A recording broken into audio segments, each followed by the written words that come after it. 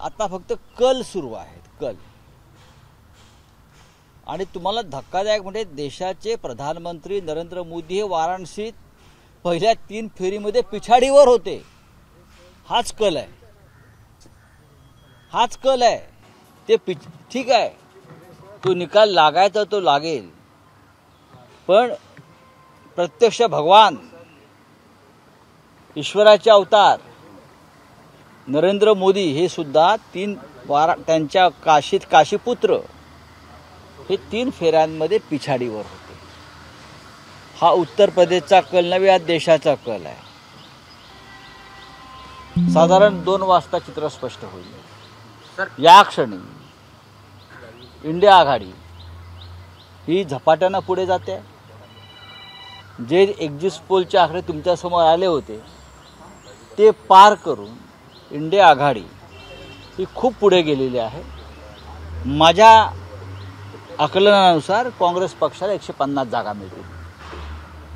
काँग्रेस पक्ष 150 पर्यंत पोहोचतोय. जो काँग्रेस पक्षाला 50 जागाही मागच्या लोकसभेत मिळाल्या नव्हत्या, तो 150च्या पुढे जाऊ शकेल असं चित्र मला देशामध्ये दिसत आहे.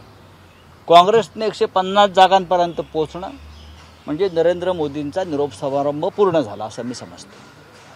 आणि जो आमचा अभ्यास आहे, आम्ही फील्डवर होतो, महाविकास आघाडी महाराष्ट्रात पुढे राहील आणि देशभरामध्ये इंडिया आघाडी 295 जागांपेक्षा जास्त जागा जिंकेल. कोणत्याही परिस्थितीमध्ये जे एनडीए म्हणताय तुम्ही भाजपच्या नेतृत्वाखाली, त्यांना बहुमत मिळेल असं मला दिसत नाही. पण अद्याप या सगळ्या गोष्टींवर चर्चा करण्यासाठी वेळ आहे. पण नरेंद्र मोदी पंतप्रधान होतील, मला याच्यावरती आता काही बोलायचं नाही. पूर्ण निकाल आले पाहिजेत.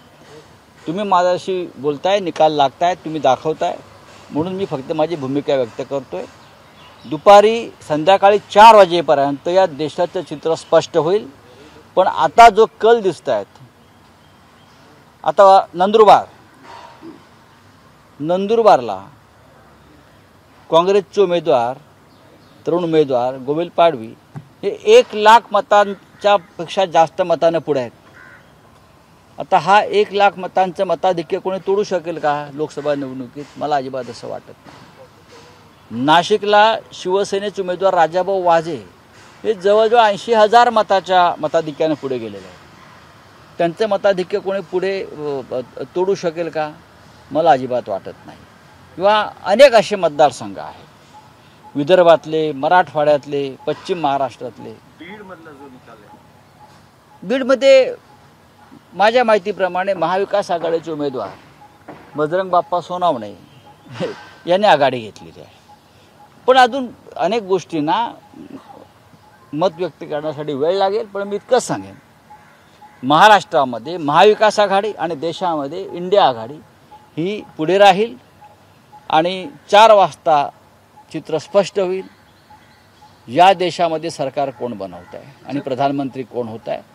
भारतीय जनता पक्षानं जो प्रोपगंडा केला होता गोबेल्स नीतीनं, हाताशी हे exit poll, opinion poll, media, अनेक गोष्टी, तो किती चुकीचा, भंपक आणि खोटा होता हे तुम्हाला आज संध्याकाळपर्यंत स्पष्ट होईल. सर, एग्जिट पोल को लेकर आपने सवाल उठाया, कहा कि मीडिया पोल था, और प्रधानमंत्री के बारे में कहा कि प्रधानमंत्री पीछे चल रहे हैं. देखिए, प्रधानमंत्री अगर पीछे चल रहे थे कुछ समय तक, यही मैं ट्रेंड मानता हूं देश का. जो प्रधानमंत्री अजिंक्य है, अजय है, भगवान के अवतार है, वो भी उनके वाराणसी में, बनारस में पीछे चल रहे थे. ये ट्रेंड है इस देश का, उत्तर प्रदेश का. पूरे देश में जिस तरह से आंकड़े आ रहे हैं, या ट्रेंड दिख रहा है, मुझे लगता है देश में परिवर्तन होने जा रहा है. एग्जिट पोल को लेकर सवाल उठाया, पीएम बनने को लेकर आज आपने उसमें भी लिखा है. देखिए, ये अभी बात नहीं होगी. 4 बजे के बाद मैं बात करूंगा. अभी पूरे नतीजे आने दो, ट्रेंड स्पष्ट होने दो. लेकिन कुछ जगह पर तो 1-1 लाख का लीड है. जैसे हमारे नंदुरबार जो बीजेपी की जगह है, वहाँ कांग्रेस उम्मीदवार गोविल पाडवी युवा उम्मीदवार है, 1 लाख से भी ज़्यादा वोटों से आगे चल रहे हैं. नासिक में हमारे शिवसेना के राजाभाऊ वाजे 1 लाख वोटों से आगे चल रहे हैं।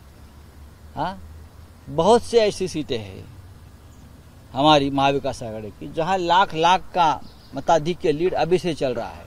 उत्तर प्रदेश में जो ट्रेंड मैं देख रहा हूं, वो ट्रेंड जो है वो मोदी जी के खिलाफ चल रहा है।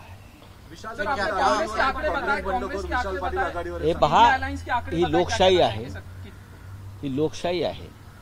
लोकशाहीमध्ये मतदानाच्या माध्यमातून लोक आपला उमेदवार निवडतात। त्याच्यामुळे एखाद्या मतदारसंघात कोण निवडून आलंय आणि का निवडून आलं त्याच्यावर चर्चा करण्यापेक्षा भारतीय जनता पक्षाच्या विरोधातली एक कार्यकर्ता निवडून आला हे मी मानतो। सर, आपने कहा कांग्रेस कितने नंबरों से जीत रही है और बाकी इंडिया कांग्रेस पार्टी मुझे लगता है 150 क्रॉस कर सकती है। जो कांग्रेस पार्टी को 50 सीट भी नहीं मिली थी 2019 में, वो कांग्रेस पार्टी राहुल गांधी जी के नेतृत्व में अगर 150 सीटों का आंकड़ा पार कर रहा है, उसका मतलब है देश में परिवर्तन हो रहा है। भाजप कुठपर्यंत मला असं वाटतं की मी प्रत्यक्ष भाजपचे किंवा एनडीएचे आकडे न देण्यापेक्षा मोदी यांच्या नेतृत्वाखालील सरकार जात आहे, जाण्याची चिन्ह स्पष्ट दिसत आहेत, एवढंच मी सांगतो। महाविकास सर, आपको आघाड़ी ऐसा लगता है क्या कि लगभग लेके आ अगर- सकती है महाराष्ट्र? मैंने कहा ना 30+, हम 30 से भी ज्यादा सीटें जीत सकते हैं। अभी भी आगे पीछे चल रहा है। 20-20 लाख वोट की गिनती होती है, 20-20 लाख वोटों की, तो अभी बताना मुश्किल है। सर, सुप्रिया सुले के बारे में क्या? सुप्रिया सुले जी 1.5 लाख वोटों से जीत रही है।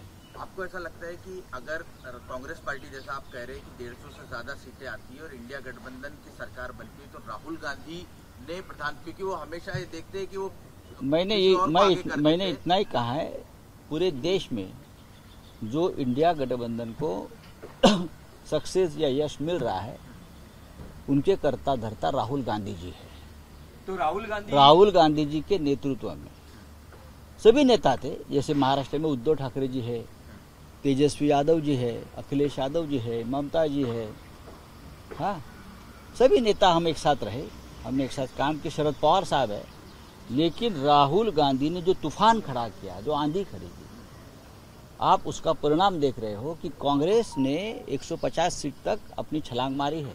ये बहुत बड़ी बात है और ये ही हम बता रहे हैं कि अगर कांग्रेस 150 की छलांग मार रही है तो हमारा इंडिया ब्लॉक जो है वो बहुमत की ओर जा रहा है। राहुल गांधी की भारत जोड़ो यात्रा ने खेल बदल दिया। सरकार राहुल में गांधी आती की है तो भारत राहुल जोड़ो गांधी यात्रा ने PM खेल बन बदला सकते है। हैं। आपको लगता है? राहुल गांधी देश के नेता है और राहुल गांधी मोदी जी से भी लोकप्रिय है, इतना मैं कहूँगा। Thank you. तर इंडिया आघाडी 295 जागांवरती विजयी होईल असा विश्वास संजय राऊत व्यक्त करतात आणि उत्तर प्रदेशाचे कल हेच देशाचे कल असल्याचं मतही त्यांनी व्यक्त केलंय। एबीपी माझा, उघडा डोळे बघा नीट।